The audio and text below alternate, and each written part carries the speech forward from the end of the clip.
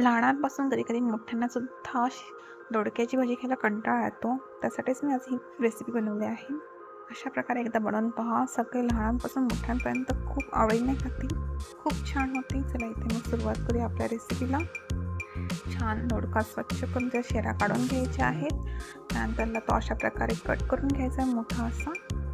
त्यानंतर पॅन ठेवूया गॅसवर. त्याच्यामध्ये टाकूया जिरे, बडीशेप, खोबरं आणि शेंगदाणे छान भाजून घेणार आहोत. त्यानंतर टाकणार आहोत मिक्सरच्या भांड्यात. सोबत टाकला आहे लसूण, हिरवी मिरची, कोथिंबीर, लाल तिखट, धणे पावडर, हळद आणि चवीपुरतं मीठ आणि छान त्याचं वाटण करून घ्यायचं आहे.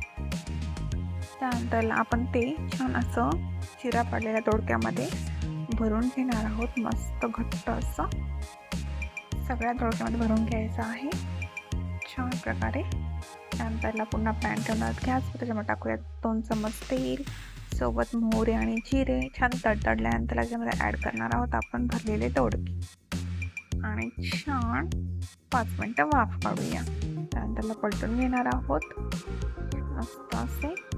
त्यानंतर आपल्या मिक्सरच्या भांड्यातलं पाणी थोडं त्याच्यामध्ये घालायचं आहे आणि झाकण देऊन 10 मिनटं शिजवून घ्यायचं आहे.